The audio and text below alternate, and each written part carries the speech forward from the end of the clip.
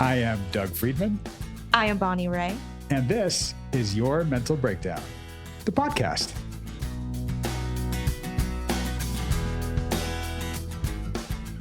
Welcome, Bonnie. Thank you for joining me on this. We've had you on the Patreon. You've been on this on the roundtable, but this is our first. This is my first of the year. This is a brand. I haven't talked to you since last year. I know. How have you crazy. been? I've been good. It's been. Look, it's the holiday hangover that I think we all have. Yes. It's we were just talking about this, and I lied. I actually have talked to you this year, but you were saying something earlier that I thought was kind of interesting. That right after the new year, you kind of get like an influx of new clients, like people calling in and wanting therapy. Yeah, always. It feels like, one, it makes sense. It's a new year. I think we're all drawn to being healthier, maybe doing more of the work, having a different experience. So it makes sense that a lot of people reach out to therapists. And also, I think for many people, stepping back in, if you go back into your family of origin versus family of choice, it brings stuff up, whether it's traumatic or brings up old dynamics. I've had a lot of conversations with clients around my parents just don't see me, and I've grown so much in my life, and I'm not that little kid who's dramatic or sensitive or lazy or chaotic. And my parent or parents can't get that old image of me or possibly old projection of me out of their head. And when I step back in, sometimes I actually enact that. Like I become more of that little kid that they see me as. And that doesn't feel great. That's the role that I know. So I slip into that. That's what they expect. So I do that, whether I want to or not. And then transitioning back to my current life sometimes can get a little trickier, take a minute. And then we kind of go, wait, what just happened? What did I do? Yep. Yeah. Who was that? Right. Can I bring my real adult present day evolved self to my family of origin? That's hard for the holidays. It is. It is hard, especially when a lot of how we've been depends on how we're perceived or how people react or respond to us. Yes. Right. Exactly. That's something, I don't know if you heard this with me talking with Drew. We worked on this a lot. And I talked about the snapshots versus the Harry Potter pictures, right? Yes. And that what you're talking about, Bonnie, is like people in your family have a snapshot of you from when you were younger. There's a snapshot of you now that looks a lot different, but they have the Harry Potter picture experience where the pictures, the snapshots have been moving the whole time. It's like a moving picture. So they have all of it, and they think you're this character that has this whole through line, and you are that person from before, not this new person now. You're all of it. And it's really hard to get them to change that image because they have so many of them layered on top of each other. Yeah, it's hard to get them to change, and sometimes it might be impossible. If your parents really can't get that image out, like they really struggle to see who you are. Right. What skills do you have, and how do you do the work to still show up in the present day snapshot? Right. To depersonalize that. Yeah. Yeah. It's interesting because I think there's, several different branches we can go off on here. One of them, which we'll pan, we can come back to it, is there might be a snapshot of your parents. Oh, totally. And it may or may not have changed. A lot of times I hear clients saying like, my parents are exactly how they were before. So it's sort of like frustrating that they're still that same snapshot. Totally. Right? And when you've evolved and you changed and you present this new snapshot, they're not going to get it. So what do? Not see your parents, not go to your family of origin, or regress to how you used to be and put on that mask and that act. It can be exhausting for people. Yeah. And some people make the understandable, healthy choice of being with family of choice. And I think that that's also okay. Right. If you really don't feel safe with your family of origin. I picture my parents as little kids. That's how I depersonalize. Interesting. Is that weird? Is it weird? Picturing them as little kids? I just see when there's something that would have upset me before, I picture their inner child and I can understand it more. It helps being a therapist, of course. Oh, totally. But it's a skill that has helped me and some of my clients to be able to depersonalize, healthily and lovingly detach, and also start to have compassion.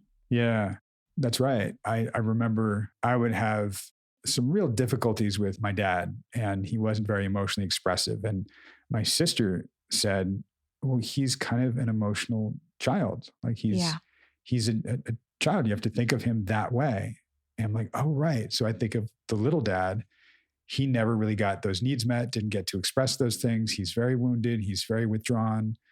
Oh, that makes sense. So why would he be any different now just because he's older? Yep. Right.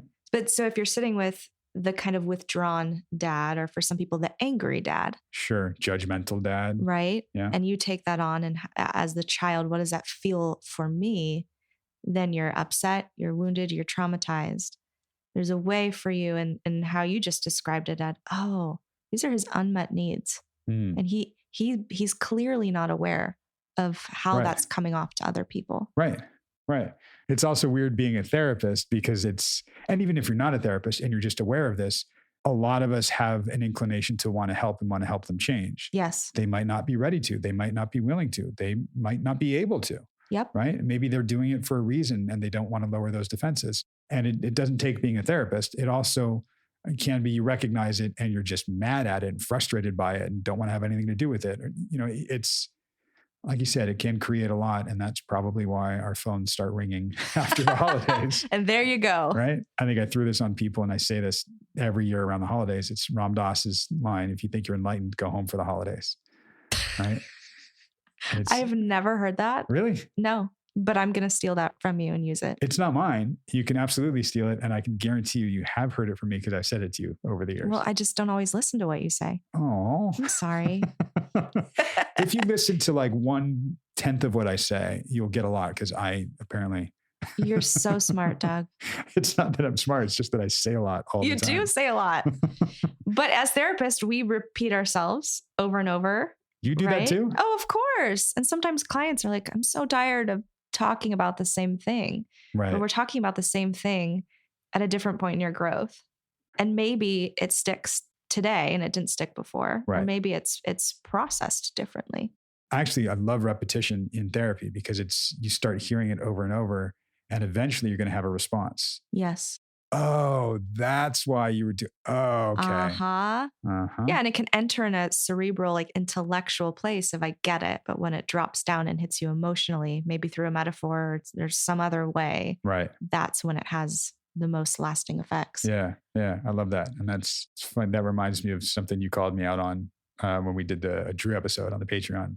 And you were like, he went down emotional. How come he dropped down? Why didn't you stay there with him? Why did you? Yes. Right? Yes. And I was knowing him, we could tap into that at any time. Right. But that drop down to the emotion is huge. Yeah. I'm going to point that out again. Oh, wow. Mm-hmm. See, Doug and I have a great relationship. We like to challenge each other. It's all with love. Oh, yeah. And also it's interesting being in this place because you're just listening to one session. I don't know Sarah like you know Sarah. Right. Right. So I'm just taking this one snapshot in a way and saying, why didn't you stay here? What was going on there? Right. Nice callback. Yeah. That snapshot thing. Oh yeah. That's right. That's right. And I think that for me, change can really happen and not just really feeling love and safety in a therapeutic relationship, but also with a therapist who can challenge you when you're ready and in a way that it honors the dynamic.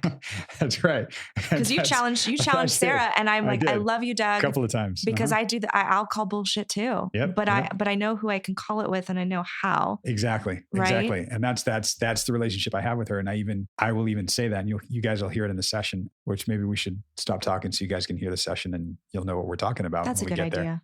I will say that one thing that happened, I made reference to it like right in the beginning of the session, is that we were about to start the session and her son came in and she was like kind of going off, not really going off on him, but she was like, I'm doing therapy. What are you doing? I told you I was doing therapy. You need to, but whatever it was, she just had a moment. It wasn't that big, but you will hear us jump right in with, wow, so losing you. She says something like, the first thing she said to me was, oh God, I'm sorry you had to hear that. I never really lose my cool, at least not in public anyway. And then that's where I just jump in and kind of go, oh, was I losing your cool? And so we jump right in.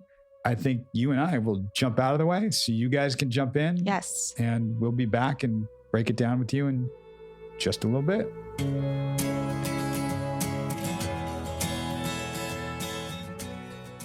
Not to dive right in, but let's dive right in. You're losing your cool happens internally and you just kind of like absorb it and keep going and put on the air of cool, but we know better. Yep. I think we're learning better. Right? I know that it could be better. So that's why I need help. We're doing it. We are. And I can't remember if last week what we talked about towards the end was kind of what we named the two voices in your head that you hear, the strict, rigid Sarah, and then the softer Sarah. And the idea eventually is to merge them because there really is only one Sarah. Yes. But what I kind of was getting at, and that's why I didn't remember if I asked you to look for it, was looking for places where you can take notice of when one of them is more dominant or one comes out, or when you might hear one but don't act on it. This was sort of the first time that I had even kind of had that realization-ish. I mean, I've always known that there's two sides to me, but It was these last couple of months that I really heard them sort of doing battle in my head. Right. Now that we kind of bring this to awareness, it really is just about noticing it. It's not necessarily changing it or getting mad at yourself for having one there or not. It's just building that awareness. I love giving things names because once we name it, it's easier to pay attention to it. We've talked about Mama Bear and Little Sarah. And when you can notice one or the other, it's just being aware of where they are and when they are. And if there's any sort of discomfort coming from, well, one of those voices or one of those ways of being is coming out and I want the other one and I'm aware of it here. That's great. That's leading us to being able to merge and get you to be able to choose what version comes out where and when. Well, I mean, I can tell you just off the bat right now that for strict Sarah, it really only rears its evil head, not at home, not in situations where I'm surrounded by family and friends and my children. There's no judgment in that setting for me because people are people and they're human. And I have a sort of rule that professionalism is separate from who you are when you're at home and you're kicking around in your boxers or whatever, your leggings, and one that you put aside when you walk into an office for the most part, in the sense that you are now being professional, you are now considering your job, your responsibilities, how they affect other people. I don't know. To me, that's always just been a no-brainer. So I have a lot more, maybe judgmental is the right word. I don't feel like I'm being judgmental as much as like holding them to a standard that I believe is correct, if that makes sense. Right. It does. I mean, judgmental seems strong because it seems like I am judging them, right? It could be right. It could be the right word. Well, yeah, I think it is the right word because what you're talking about is somebody should be doing something and they're not. Well, that should be doing, and that sense of, righteousness comes from you when you have that righteous quest. Yes. And you just smiled when you said that, right? You're like, yeah, there's something there. Yeah, there is something there. I will call a very, very, very small amount of bullshit on this, but not one that you recognize and that you know. That idea that strict Sarah, righteous Sarah, it only comes out at work. Nope. It only, I think, has that righteous quest to it and that charge to it in the professional realm. I agree. However, the same mechanism and where it exists in you comes out all over the place. Think back to the very first thing you said to me when we started this session. Oh, my son. Yes, but I already told him I was doing therapy and he wasn't supposed to be here. Right. He wasn't supposed to be here. That's why it's so subtle. It's very, very small. And I'm bringing it to our awareness so you recognize, oh, wow, even in something that's like not a big deal. And of course I would do this. I wouldn't want that to go away. My son said this and he's not doing what he said he's doing. That's the same mode. You're absolutely right. That's funny. Yep. Nope. That just totally called bullshit on me. And it was totally right too. And what's funny is it's so funny that you actually called that, because last night, boyfriend and I got into a huge discussion about those exact kind of things. I don't have a lot of rules, but I have certain rules and I expect those to be followed. I don't ever expect him to clean the house or, make it look extra awesome. But I do expect to come in the house and not find a sink full of dishes and crap all over the floor. So he was basically telling me how much he does and how much he goes out of his way to make sure that I don't come home and get upset. And then I was like, name one time I've gotten upset. Anyways, we went back and forth and he was like, no, you're right. You don't actually get upset. But he's like, I feel that you're upset. And I'm like, okay, well, then I'm giving that back to you. In the end, I think he just really wanted to be appreciated for what he does. And I understood that. And I did. Yeah. Also in our discussion, I wanted to be appreciated for how many allowances I've made since he came into my life. And how far I have changed, how much I've changed my attitude. I've made so many allowances for so many things. I've got junk drawers in each of the rooms. I've got even a junk drawer just for him. So I think there was an element of both of us kind of wanting to be recognized for how much we had gone toward the other person, in a sense of, look what I've been doing for you kind of thing. I think he's in his own movie. First of all, the conversation you have with boyfriend, I think is great, because it's really coming to something with each other and communicating, which I know is big for you. I love that you kind of pulled out and caught that, oh, wait, that judgment, he's putting it on me. That's his thing. Okay. But you didn't stop there. You're like, but what's going on? What is it that you're really asking for? Oh, you want recognition and validation for what you do. Okay. And here's the thing that I don't want to just let it slide and say, it's okay. You also want that. It does matter. And maybe he needs to hear directly from you, like, hey, I actually like when I get some praise and validation for the things that I do too. I would love to get more of that.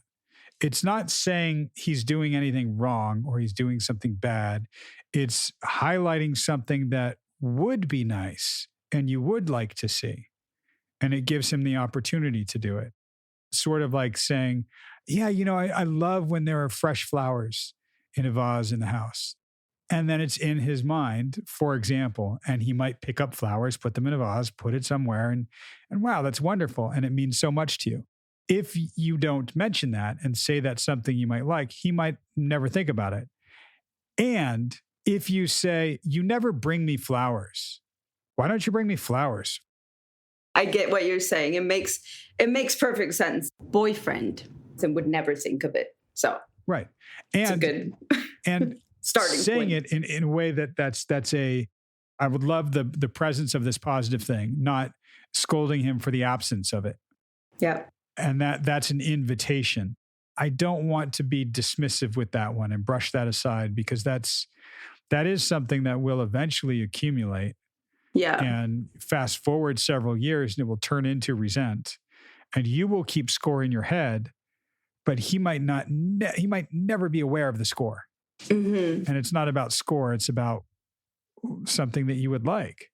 I think I have more understanding overall when somebody does something purposefully or non-purposefully. So it's very clear to me that boyfriend wants to do whatever I want him to do, but he doesn't really know how to go about it, or he's not comfortable with it. So it's the same pretty much with everybody I know. I generally tend to have little to no reaction, even if the outward appearance looks like something, like calling bullshit on me.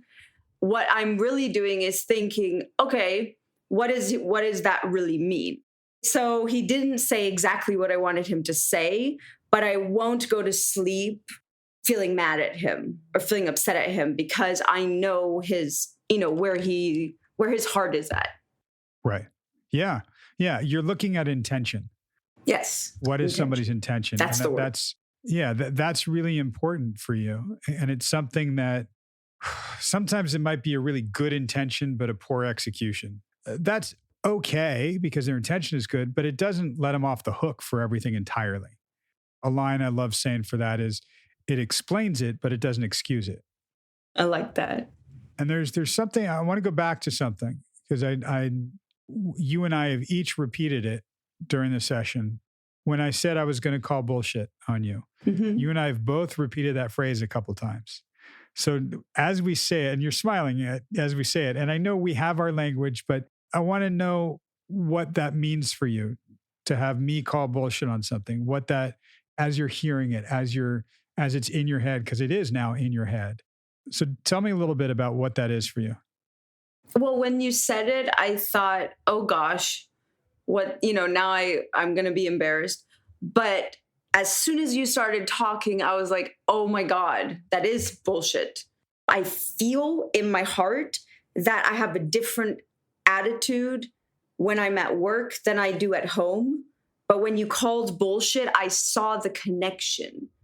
So to me, that's what it meant, which is actually you're wrong, essentially. Yeah, and that's exactly why I did use that phrase. And I tried to soften it as I said it because something else happened to you. And we have two pieces to work on with this.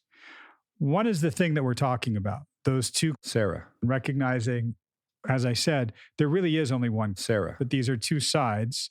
And we're seeing where they're prominent, where they're not. Your awareness of them is heightened in the professional realm, and you see it more there. And what we're highlighting is, oh, right, it also exists elsewhere and at home. There's that piece of what we're working on. I'm confident that you understand that and you see it. And it's, again, just the awareness of knowing it's there. Yeah, totally. I mean, when I started talking, I literally would have kept those two, Sarah, completely separate. And now I see them actually together.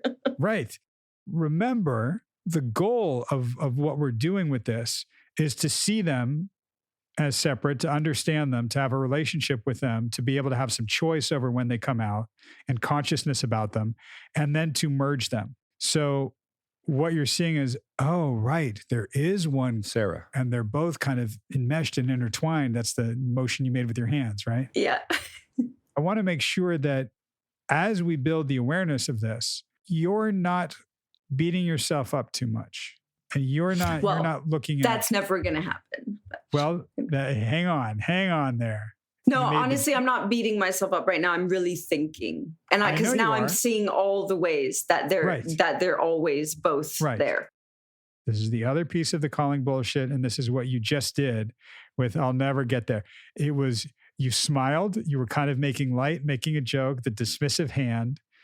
And it's sort of saying, in a sense, you're saying, I can't do that. And you can, and you will. And it doesn't take you working so hard to make that happen and to not be that anymore. No, it takes what you are doing, which is us talking about this and bringing awareness to these things so you can recognize them more. Absolutely. When I used the phrase call bullshit, and I tried to soften it a bit, but I used it in a way because we also get the benefit now of working on something else, which is what you just said, what you almost just dismissed, that I did something wrong. Uh-oh, I'm going to be embarrassed. I'm going to feel guilty. Yep. Tell me a little bit about that as I say that, because this is an area for us to bring some awareness, understanding, and compassion. I mean, there's probably a huge thing here, which I know if I start talking about it, it will probably get bigger and bigger. But there's something that happens to your brain when you grow up in a cult, completely like cut off from the world, cut off from anybody outside of your environment. no education, no idea of not even music. We weren't even allowed to listen to music that wasn't made by the cult. So when you do what I did and just take off as a young teenager, you know zero. Everything is a shock. Everything, it hits you in the face like 1,000 miles an hour. And you just have to pretend. You probably grew up watching Full House, didn't you? Pff, totally. I have no fucking clue what Full House is. Are you kidding me? So There was always a little bit of fear that one of my, quote, lies or getting called out on something like that. So what was the name of the little girl in that show? I should be like, fuck. Sorry. Right. But so there is that constant fear, or at least there was, let's say a good 10 years until I found my footing.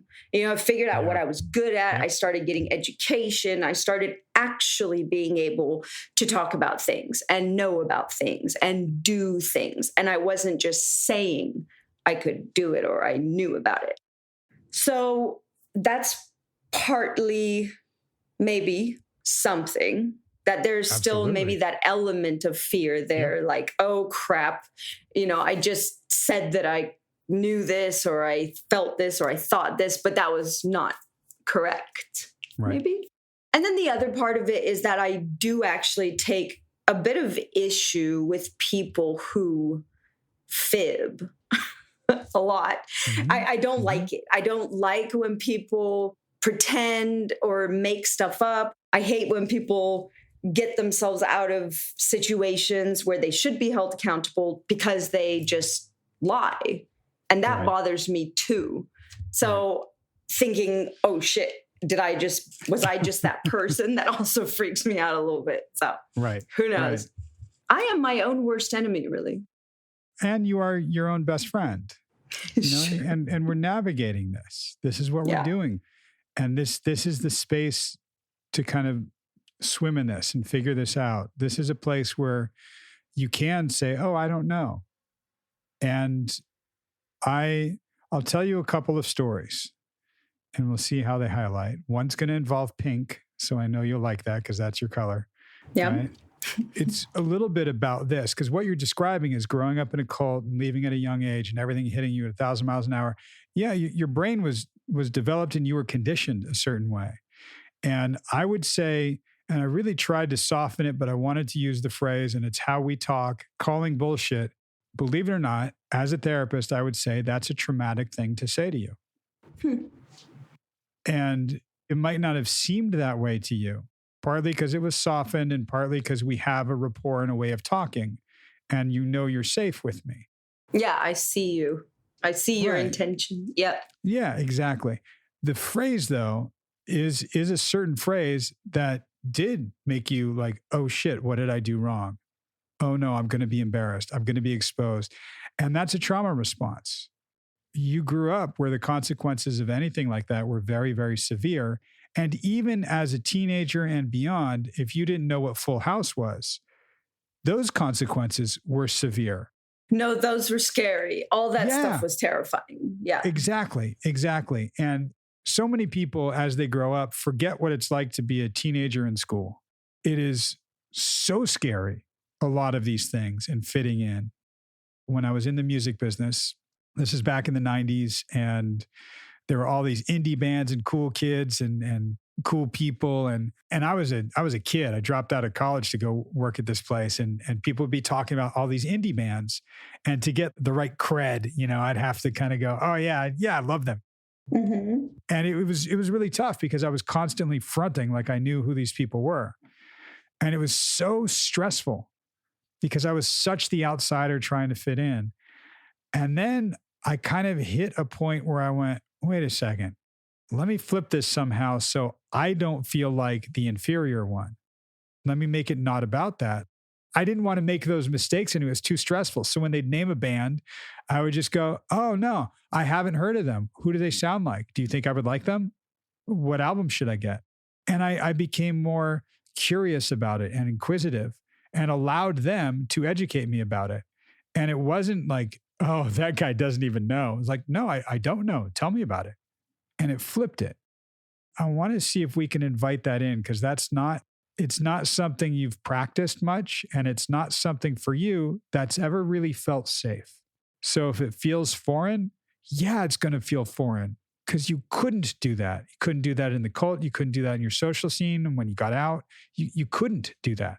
It was too scary. It was not okay.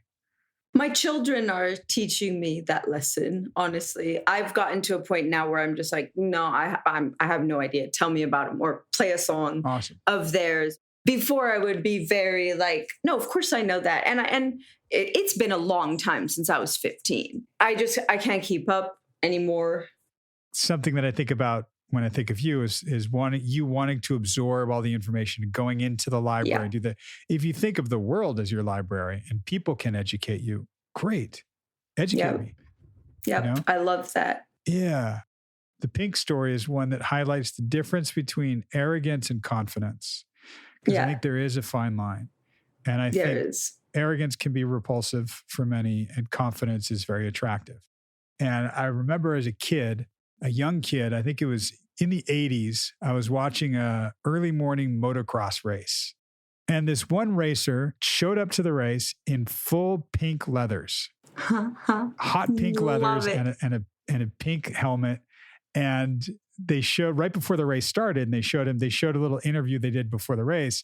And he said he was so sure he was going to win that he said he went out and spent $25,000 on those hot pink leathers. Oh, and I kind of was like, wow, really? And then he won the race. And I thought, wow, this is a guy that's so confident that he's going to go out and do that. He's going to say it. He's going to do that. Wow. That was cool. That's a whole nother level of confidence, I suppose. I love that story. You know, I actually really love that story. I have full confidence in myself, not arrogance, confidence, if I'm not put on the spot. If I had to say, oh, I'm absolutely going to win this race, I would not have the confidence. I would instantly get anxiety because I don't have time. There's no redos, right? There's no Control Z on that bike. Yeah. So those types of, that level of confidence freaks me out. I won't ever say, oh yeah, watch this, just in case I make a mistake. I'm sure there's a whole nother suitcase there to unpack with that one, but too much anxiety. Yep. It's anxiety. It's about like, oh, wow, it's a performance, but I'm being judged on the performance. That judgment, ooh, don't like that. But performance, you do. I mean, you were a performer. Well, yes, I was. But when I was that, I hated it. I hated every second of every minute I was in front of that camera. I hated it. I would sometimes throw up before I went on the set because I would get so much anxiety. Really? I don't even like the sound of my voice. You know, when I was a teenager, 12 or 13, there was this one music video that I was the air quotes star of. And there's one point I remember where I'm sideways. And for the first time in my life, I saw my profile and I burst into tears. I just thought it was the ugliest. Like, I don't know. I am very, very hard on myself. And I felt so much anxiety about that video, and I wanted to die. And I'll never forget that moment. I was so mortified just about based on how I looked. So there's a huge part of me that hates the direct spotlight. I can perform above average basically anytime until you put me on the spot or put me in a competition. Some people thrive on that energy. Yep. But there's something about, as you're describing this and talking about this, you sound very confident in your abilities, but you don't like when there's judgment or an expectation or an obligation. Then it becomes pressure, becomes stress. I might do it wrong. There might be consequences. And that's, I would say, holding that fear. Yeah. Right? for some, like adrenaline junkies will kind of chase the fear to get the rush. I'm on the opposite side of those people. Right. I don't even like roller coasters. Right. The fear for you has such huge consequences and doesn't feel good. It's not like, oh, let me overcome this fear. No, it's crippling. And this is where the compassion for you comes in, because we're talking about little Sarah. Yeah, it is. We're talking about what that experience was for her. Scary, it's petrifying. I hated it. Yeah, I really did. Yeah. We won't go into situations where that's going to happen. It's not about overcoming it. It's about recognizing, oh yeah. Yes. That makes me really uncomfortable. There's a phrase that if it's hysterical, it's historical. I like that. And I think for you that, oh, right, if there's a lot of fear around something, oh, it's probably because of something. Yeah. There's a phrase I think I dropped on you that I love using when we feel nervous or anxious about something, or it's kind of going, well, wait, is this thing really unsafe, or does it remind me of a time when I felt unsafe? And if it's the time that I felt unsafe, can I remember that I got through it? For you, though, that feeling unsafe, you really often were unsafe. Yeah. So it's hard to distinguish feeling unsafe, remembering a time when you felt unsafe, and actually being unsafe. To you, that feeling is real. I actually got in huge trouble for that. What the story I just told you, I think I ran to the bathroom and I was crying. I'm almost positive I got sick at least once.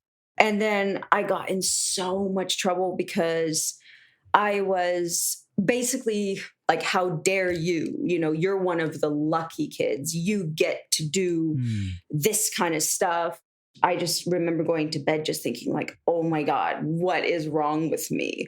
I'm a horrible person. Of course I wasn't. I was 12 and I wasn't super fond of my profile. And I see that now. And, everybody has stuff that they don't love. Now that I'm older and wiser, I see that. But at the time, it was the biggest thing in my life. It was like, oh, that's it. Everybody's going to laugh at me and make fun of me because I am just the ugliest person ever. Right. And it's a protective mechanism. We're protecting ourselves from feeling that, from doing that. And we're scared of that. Yeah, because it wasn't the case. I had nobody to talk to about it either. Like my kids come to me with things like this, and now I can be there with them and go through it with them and give them advice and love and comfort. And that just wasn't a thing. So yeah, there's for sure a lot of those painful, just regular childhood emotions that you go through that were just all painful because there was no way through it. It was the biggest thing in my life, and I had to deal with it on my own whilst being punished for having a less than optimal response. Right. And it's heartbreaking when you say like, it broke my heart. What you're describing breaks my heart. Yeah, me too. It's horrible. I feel it when I talk about it. I still feel it. Of course you would, because it's still right there. What you're describing is like two steps. The first step being, I didn't have anybody to talk to, right? I didn't have any way of understanding what was going on, what I was feeling. And that's really isolating and really confusing. And then the second step is, and I was judged for that and punished for that. So not only was I isolated, but I was punished. Yep. It was not safe. Yep. And you really quickly learn to just start pushing stuff down. It only took a couple of those times. Right. Now the reaction happened in here and nobody ever knew. My face was just a stone. Yeah. And this is part of our work. What we're doing is softening that stone so we can get to that and allow that to come out. Because that's little Sarah, who didn't get to be little Sarah. Mama bear protected, but little Sarah just got shoved down. Yeah. You sound like an incredibly sensitive person. Yeah, I am. I mean, by nature, for sure. Mean Sarah comes in to help sensitive Sarah with those moments. Help and protect, and for good Yes. reason. This is where the compassion comes in. Yes, I don't want mean Sarah to go away. It's not safe to. It won't feel safe to. It'll leave, little Sarah too exposed. Mm-hmm. We can't do that. But we're, I think, gradually getting there, because that sensitive side to you inside, I don't think many people see. They see the exterior, which is the one that's like, no, I'm good. I'm cool. It's fine. No problem. The dismiss, yep, keep going. People go, oh, she's so strong. Yeah. And she's also vulnerable and sensitive. That's a side that I would bet comes out with boyfriend. Maybe sometimes comes out with kids. With my family. I think my family are really the only people who actually know who I am. Yeah. That's how you get to be you. Yeah. And being able to find that and bring it out in other places when it's safe. Yeah. When it's safe. That's the exact thing, when it's safe. Because Right. I don't always feel I've been too trustful a lot of times in my life, especially when I first left the cult. Right. Too vulnerable, too naive, too trustful. And horrible shit has happened to me after leaving the cult, just because I was the perfect victim. So Right. on top of having already put up all these walls and done all these things to protect myself, there was a whole nother element of protection that had to then come in for this new world Right. now that I was dealing with. And people who are predators and who are evil, they don't just live in cults, Oh, right. They're literally They're everywhere. Yep. Yeah. Yep. And it's very hard. It's very hard when you're so naive, you believe everybody's intention is good.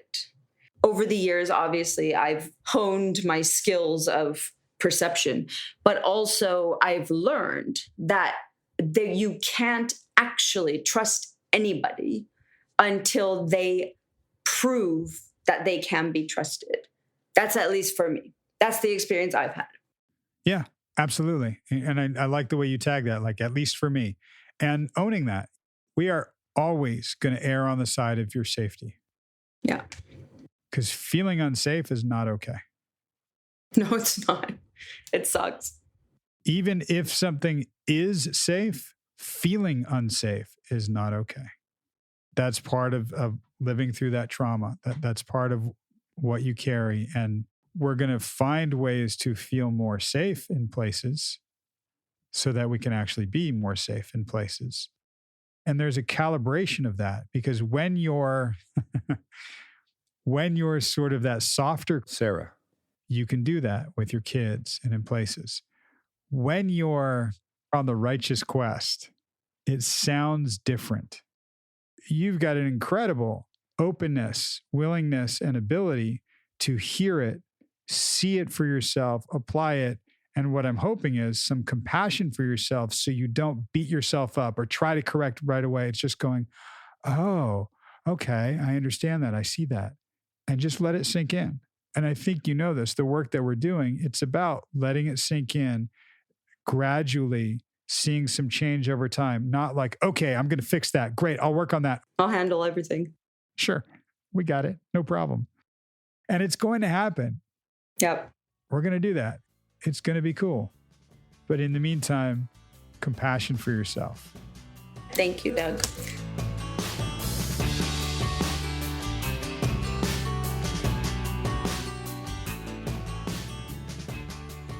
And we are back. Hello. Hi there. Hi. Hello. So we were talking about this a little bit ago, about how I'm coming in just listening to this session. Right. I think I listened to maybe one or two other ones because I was interested in just knowing a little more of her history, right, and what she was coming in with. But there is also something cool at just looking at, as a therapist, listening to this one session, having curiosity about Doug's approach, having curiosity about the client, all while at the same time understanding that there's a lot I don't know about Right. Sarah and Right. your work with her. Right. When I think about Sarah, and what kept coming up for me is this is someone whose primary needs were not met as a kid. Right. When right. our parents do not love us, take care of us in the way that we need, big or small, we don't have the brain as kids to think mom is falling short or dad's a piece of shit, whatever it is. Right. Right. We internalize it and we think, I'm not worthy of being loved. I am a piece of shit. And you can see those very old narratives come up even within this short session that I listened to. Oh, yeah, totally. And I'll take that even further with her. It wasn't just that she wasn't getting the needs met of love and support. She wasn't getting the need met of protection. Right. Right. And she was somebody who was born into a cult. So there was pretty severe abuse and trauma all around her. Yeah. Physical, verbal, mental, psychological, all of it. And there was no protection. So she had to somehow develop a mechanism to protect. Yeah. Right. She has created systems of safety. Ooh. That's what I call it. It's like, wow. And she just has these systems of safety, these rules, these rights, these wrongs, these shoulds, these shouldn'ts, which can come off as rigidity and control. Remember, control is about safety. We think of control as this terrible thing, but she had to come up with these systems of safety because no one protected her. Right. And she as an adult is still protecting herself and little Sarah because no one else did. Yeah. And there's, good insight. Makes me think of two things off the bat. One, that protection that she is giving to herself now as an adult.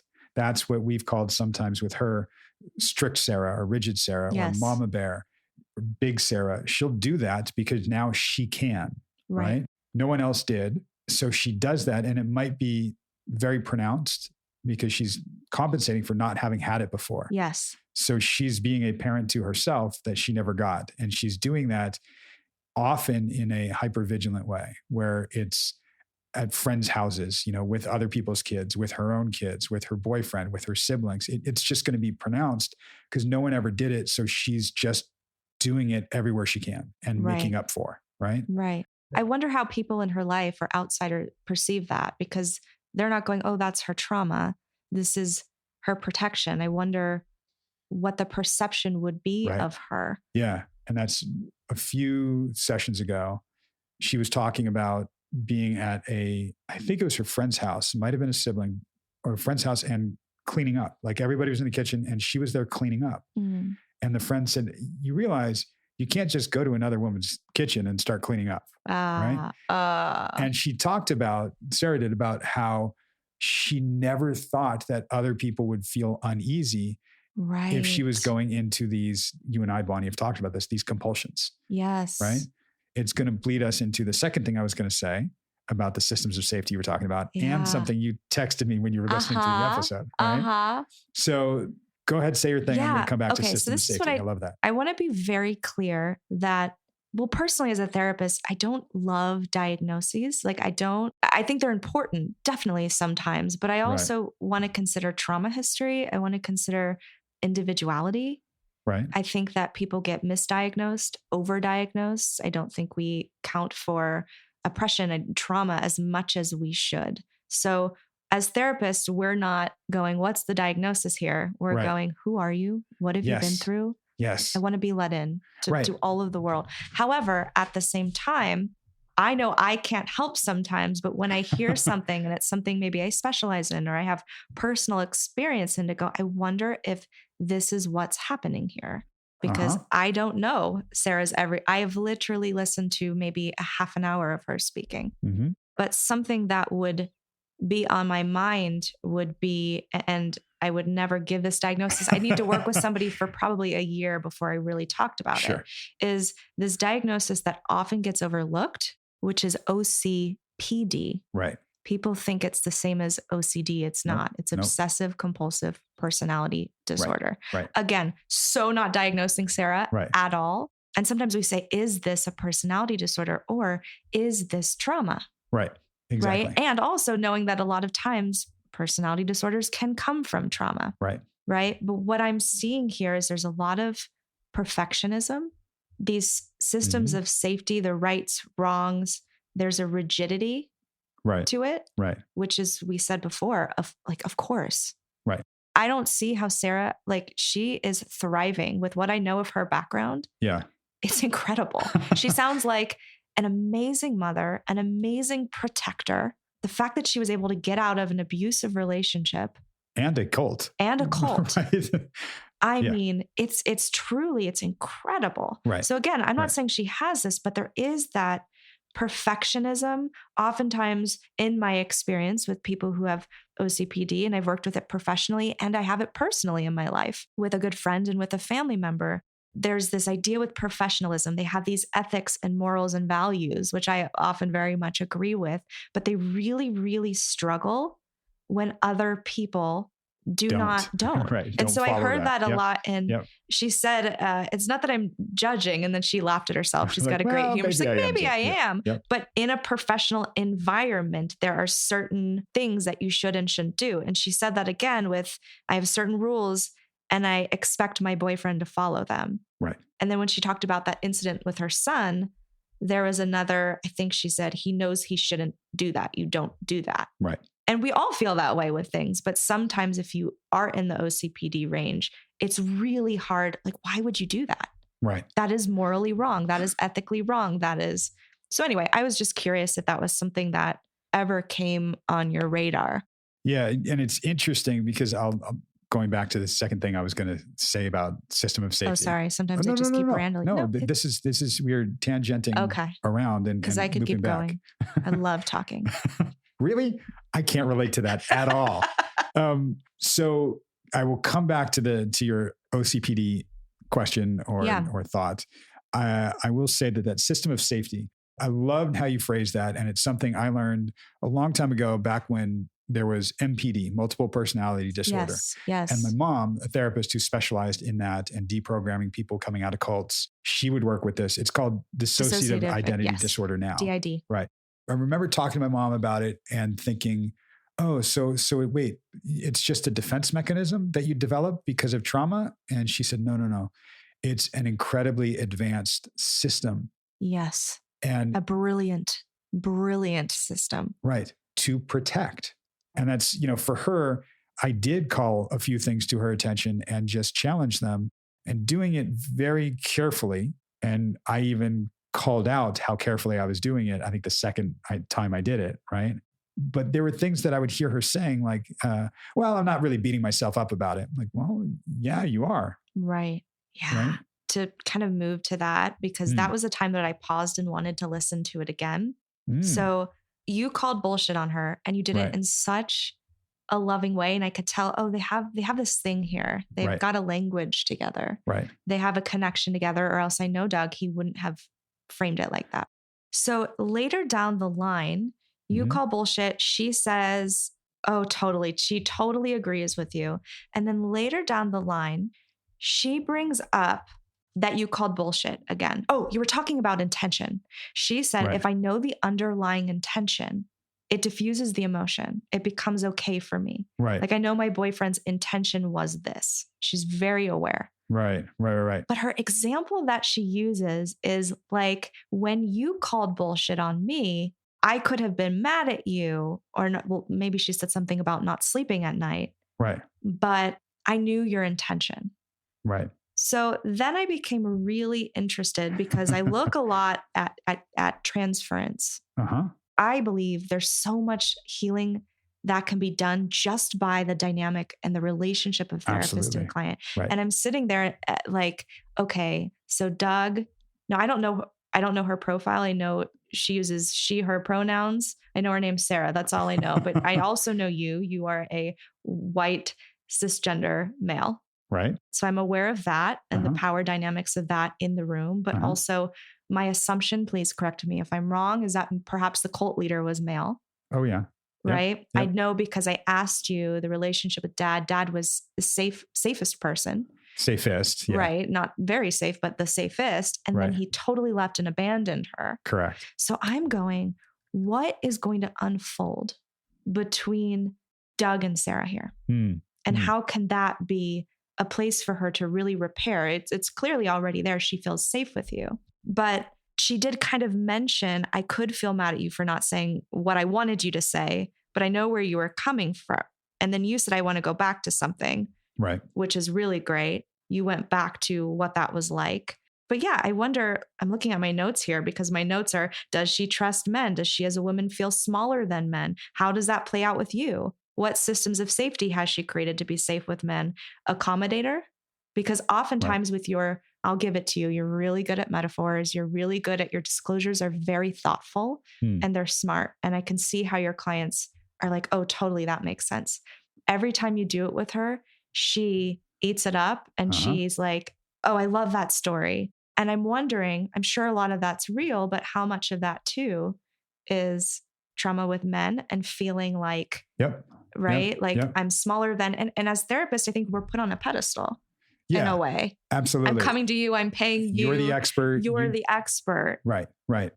With Sarah, an earlier instance, I was saying, I'm checking in with her because she's taking something that we talked about, and it made sense to her, which is, I'm putting a pin in that phrase. I'll come back to that. It made sense to her. And then she implements it and tells me about it the next week. I'm thinking, wait, is she just telling me about this? Right. There's your realization, right? Because of that power dynamic that you're talking about, because she wants to be a good girl. Good girl, right? Good client, loved by you. Don't want to be abandoned. Right. So I test it sometimes and kind of look at like, wait, hang on, why are we doing this? Or would you be able to tell me if this didn't click for you? Right. Or if that, when I called bullshit on you, would you be able to tell me that really hurt? Right. Which is why I modeled that in a sense when I kind of came back to it and said, hey, me calling bullshit on you. And she was like, oh yeah, loved it. Like, we can stay in that zone. And that's like, cool. As a therapist, calling bullshit can be a very traumatic phrase and a traumatic thing. And even I was watching her as I said it. And while I'm saying it the first time, like, well, I want to say something and I'm going to do it softly. I'm going to do, however I introduced it. And then I said it and I'm watching her and listening for her.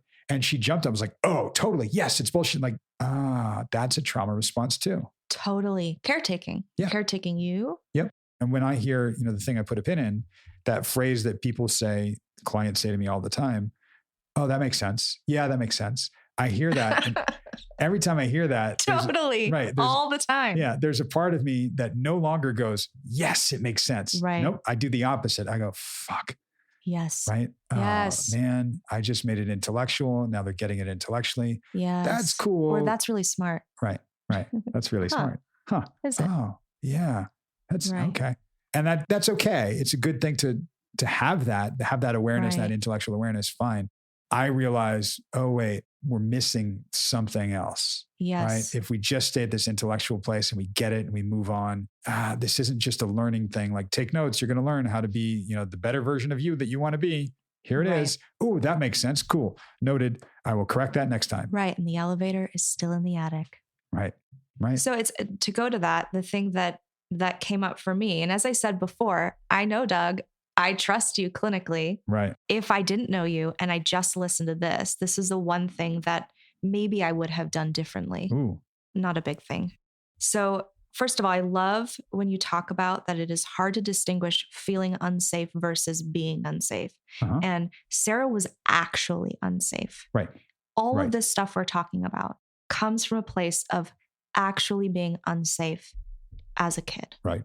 I can't even think about how it would feel for her to shed all these defense mechanisms. Right. She has to be protected. Right. And I think in work with you, she can understand she is safe now.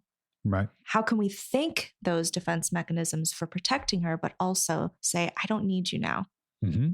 But you talked about that. And then something came up and you said, which I loved, it breaks my heart. Right. Because it is heartbreaking. As much as we can report and share things from an intellectual place, at the end of the day, what you are talking about, even in this session, is heartbreaking. Right. And you modeled that. You held the emotion for her, which was wonderful. She says, it breaks my heart too. I can still feel it. Yeah. And that was the first time because she's so smart and insightful and she's so good at telling you the trauma.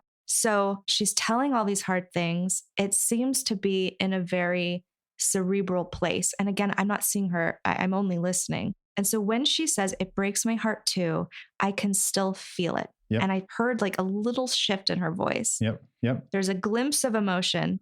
You continued to verbally reflect the feelings. And I wanted you so badly to bring it to a here and now. Yep. And say, are you feeling it right now? Right. Or where do you feel it in your body? Yep. As like a follow-up question. Yep. Because again, there's incredible, insightful dialogue, but I'm wondering if Sarah can allow you to witness the emotion and pain in the room. Yeah. I love that. I love that. What I love the most about this is this is really reminding me of Princess Bride. This sword fight scene. Do you remember the sword fight scene? Here we go. That's right. Do you remember the sword fight scene? Yes. When Inigo Montoya and the Dread Pirate Roberts, right? Yes. And Inigo goes, or they say something like, "Oh, you were smiling. Why? Because I know something you don't. I am not left-handed." And he switches and he goes right-handed, gets the upper hand, and the other guy smiles. "Why are you smiling? I know something you don't. I'm not left-handed either." Right. Right. So here's my "I'm not left-handed" moment. Yes, please tell me. Breaks my heart is her phrase. She used it several sessions ago. That's not my phrase. Right. I don't speak that way. Right. I do with her, and I did with her because it's her phrase that she's used several times when and I've reflected back to her when she's used it. She'll say something like, "Yeah, when I think about that little Sarah, when I think about that, it breaks my heart." Or my dad left. It was heartbreaking. She said heartbreaking several times over many weeks. And this is her 14th session. Right. We're getting into something and we have the trust. And so me saying, "Oh, that's heartbreaking. It breaks my heart." I'm reflecting her verbiage. Right. Which again was perfect. And it was at the tail end of a session. I wanted to mark this as here's our emotion. I'm using your verbiage to mark this emotion. We will come back to this at some point. We will use this phrase. We will hit this emotion when it's not the last minute of a session. Right. So if you would have maybe, because she says it breaks my heart too. It was that I can still feel it. Now, if you had more time, you might kind of maybe, if she's ready, you might be like, "I don't think it's the time." We talk about the therapeutic window. It's like, wait for it. Right. And this wasn't the time. And there are times, and you have to be very careful working with clients that have experienced such tremendous complex trauma. Yes. That when they say something like, "Oh God, that was horrible. I can still feel it." Right. You don't go, "Oh, can we talk about that feeling?" Right. Like not with a minute and a half left in a session. Nope. You do not do that. So, I knew there was a reason. Yeah. I'm so glad to know. Every now and then I know what I'm doing. I think that it's so cool because I also, again, I'm 5 months ahead of what we're listening to. Wow. A lot of the work that we do and why I love people listening to a client repeatedly because they can hear some of the seeds that we plant early on in the work that we do and how we come back to it when that seed planted is a little sapling and when that sapling's a little tree. And then when that tree is a huge tree with lots of branches, it takes some time and it happens over time. And this is something that for her, there's so much trauma history there. She made a Bruce Almighty reference early, which is a movie where Morgan Freeman plays God. Jim Carrey plays this character that has the powers of God bestowed upon him for a while to see how it is. But when he first meets Morgan Freeman and Morgan Freeman's looking at his life, there's this filing cabinet. And he's like, "Oh yeah, here's everything in your life. Here's everything that we need to look." And they open the filing cabinet and the whole drawer just goes whoosh. And this huge file, like all these files just unpack. And Sarah made reference to that. That's awesome. All of her trauma, all of that she's experienced, she's shoved that in the drawer and closed it. And she's worried that if she opens it, it's going to do that. Right. So we've used that as a reference. She'll say something like, "Yeah, that Bruce Almighty drawer." And every now and then I'll say something like, "I think we just pulled one of those files out and took a look at it." Right. So good. Right. Don't you love that? I love that because we have this reference that's hers, which again, breaks my heart. That phrase is hers. So we can show how we can touch heartbreak. We can touch it. We don't have to go there. We don't have to heal it. We can just touch it and know that it's there and acknowledge it and not be overwhelmed by that file cabinet just knocking us out. Right. Right. It is learning her references, learning her frames of reference, how it's going to work. So I'm using some of her language, but I'm showing some of her skills and some of her defenses and some of her vulnerabilities. It's all there. Right. Right. And I love that you talk a lot about little Sarah and Mama Bear. Yeah. Because it's really like, she has 2 kids. Yeah. Right. She gets to be her third. Like there's a lot of Yeah. reparenting. And I know sometimes when we talk about inner child, our clients are like, oh, here we go. You're such a therapist. But you can see with Sarah just in the session how she loves her children, Right. yet she struggles to really have compassion for that younger self who even in a music video saw her profile and truly wanted to die. Right. And with her trauma, I'm going, yeah, of course. It's not about vanity here. It's about being seen in any which way is absolutely terrifying. Right. And I love that you call every time she charmingly, there's some self-deprecation, there's some dismissiveness, and you don't let any of that slide. You don't join her in that. You lovingly give her another way to help her create new neural pathways and new thoughts to say, or maybe this is an option too. Yeah. Yeah. It's funny to me that like a month ago with her, we were literally just talking about being able to parent little Sarah now. Great. Like we said that in the session. We talked about that. Great. So what you're seeing and picking up from this one session here and going, oh, well, there's this opportunity here. Yep, there is. We've named it. There's a reason why I use little Sarah. There's a reason why we've talked about parenting. There's a reason why we're going to use how she parents her kids, how she's going to parent herself. Yep, we're doing the work and she's doing phenomenally. I'm excited to have you hear Sarah, like, I don't know, like hearing like a few in a row. So you see the progression, or hearing like in a few from now, like it'll be really interesting. That's what I've been thinking for the past 10 minutes of as much as I love your podcast, but as a therapist, we do this every day. Right. But this whole time, I really, really want to hear some of these future sessions. Right. Because I can already see the workings of your relationship, her growth, her insight. And I'm really excited to see where this goes. Yeah. And how her systems of safety can start to change. That's right. That's right. You will see when you hear future sessions. Great. You might even get a sense of, if you go back and listen to a few, to know what we just heard, what we've been through, like, oh, we've been leading up to this. Cool. And we're not asking our clients not to have any defense mechanisms. Like, I don't want to walk into this world without any sort of sense of psychological protection. Oh, right. But I don't need them on all the time. It's like a coat in my closet. Oh, okay. Totally. I'm going to compartmentalize this. Pick and choose when you use it. I've even said to her, I think early on, first or second session, the worst thing I could do for you right now is tell you to meditate. Like, I would not suggest that. She said, oh, thank you. Right. You're not there. No. There's no way. Nope. And a little spoiler alert, all you guys listening, like in about 5 months, you'll hear this. She actually said to me, now I can kind of see how I might be able to meditate someday. Amazing. Right. She's not there yet either in 5 months from now, but that seed that we planted, she's starting to see like, oh, maybe I can get there. You two have a really sweet connection. Oh, because you're hearing her and and she's really hearing you. She's really taking you in. Yeah. I can feel the connection here, which again, for me, is the foundation of healing. If you don't feel safe and connected with your therapist, now sometimes that could be something in you, but if you can't share that similar language and get it, it doesn't work as well. It can still work. It won't work as well. Exactly. Yeah. It's so cliche and it's so true to say I'm honored to do this work with my clients, really, because we're getting them at their most vulnerable and they are at the precipice of change, hopefully, and seeing them go through the change and how they do it. It's fun for me because it's creative and taps into all of these experiences and resources I have. And it really is cool to see somebody actively shift how they live their life. And it's interesting, as we've been talking, there's a self-conscious kind of feeling that I have as therapists talking about this person that you're still getting to know. And I certainly know nothing about, making all these judgments and assumptions and all these approaches, that it feels like, are we manipulative? It's not. And I get that. But also at the same time, I think what our clients don't really understand is how deeply we actually love and care for them. And how we often feel, as much as they can feel connected to us. I think when it really works, that's reciprocated. Absolutely. And manipulate is not a bad word. It's become one. But when when your daughter's doing something with Play-Doh, she's manipulating Play-Doh. Right. We talked about this. We talked about this word. Yeah, we did. With years Drew. Ago. Yep. Yeah, totally.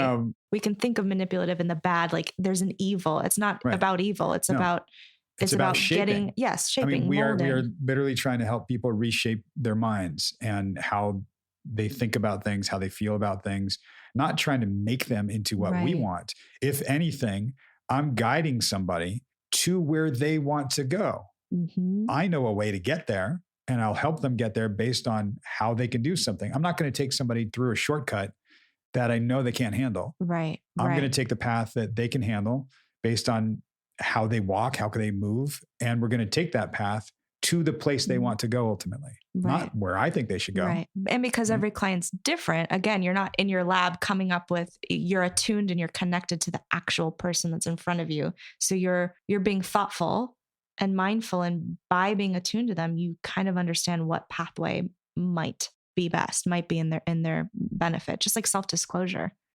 Come on back next week. Listen to where we're going, what we're doing.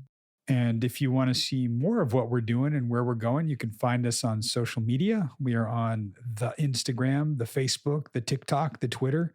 Just search for Your Mental Breakdown and you will find us. You can email us at info@yourmentalbreakdown.com.